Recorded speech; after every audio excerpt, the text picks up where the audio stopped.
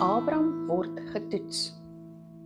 Isak het nou al 'n mooi groot seun geword. Pappa Abraham en mamma Sara is baie lief vir hom en is so bly dat God se belofte aan hulle waar geword het. In daardie tyd het God se mense vir God offers gebring. Dis soos 'n spesiale geskenk om vir hom dankie te sê vir sy goedheid en liefde.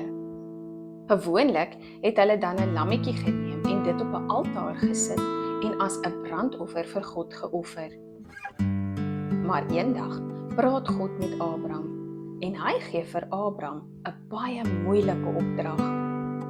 Abraham, vat jou enigste seun Isak, wat jy liefhet, en gaan na die land Moria. Offer jou seun daar as 'n brandoffer, sê God. Sjoe, arme Abraham, kan dit moontlik wees dat die seun wat God vir hom en Sara gegee het, nou die spesiale geskenk is wat God vra? Maar nietemin, die volgende oggend het Abraham hout gekap en 'n donkie opgesaal. Hy en Isak en 2 van hul werkers het vertrek. Op die 3de dag het Abraham vir die werkers gevra om by die donkie te bly, sodat hy en Isak kan gaan offer. Isak het die hout vir die brandoffer op sy rug gedra en Abraham het die mes en die vuurmaakgoed gedra.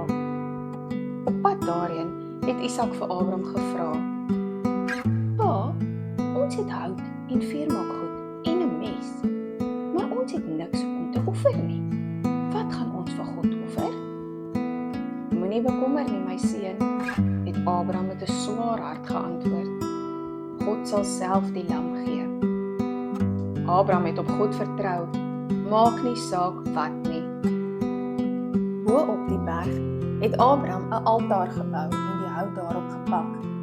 Met 'n hartseer hart het hy vir Isak vasgebind op die altaar. Maar net toe hy die mes optel, hoor hulle 'n engel uit die hemel roep: "Abraham, Abraham." "Hier is ek," antwoord Abraham. Toe praat God en sê: "Los jou seun. Nou weet ek dat jy my liefhet. Jy het nie geweier om jou seun, jou enigste seun aan my te offer nie." Toe Abraham weer kyk, sien hy agter hom 'n skaapram wat aan sy horings in 'n bos vasgevang is. En hy het die ram in die plek van sy seun geoffer. God sê toe vir Abraham: "Ek weet nou dat jy my liefhet, want jy was gehoorsaam. Ek sal jou seën en jou nageslag so baie maak, soos die sterre aan die hemel en soos die sand van die see." En Abraham het daardie plek genoem: God voorsien.